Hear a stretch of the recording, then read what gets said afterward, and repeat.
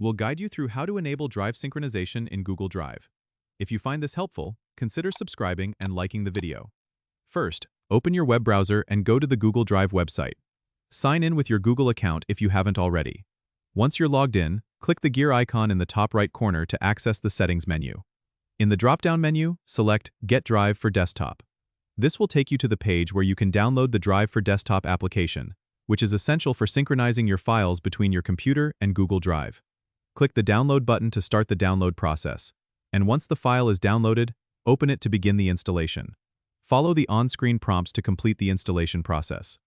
After installation, open the Drive for Desktop application. You'll be prompted to sign in again with your Google account.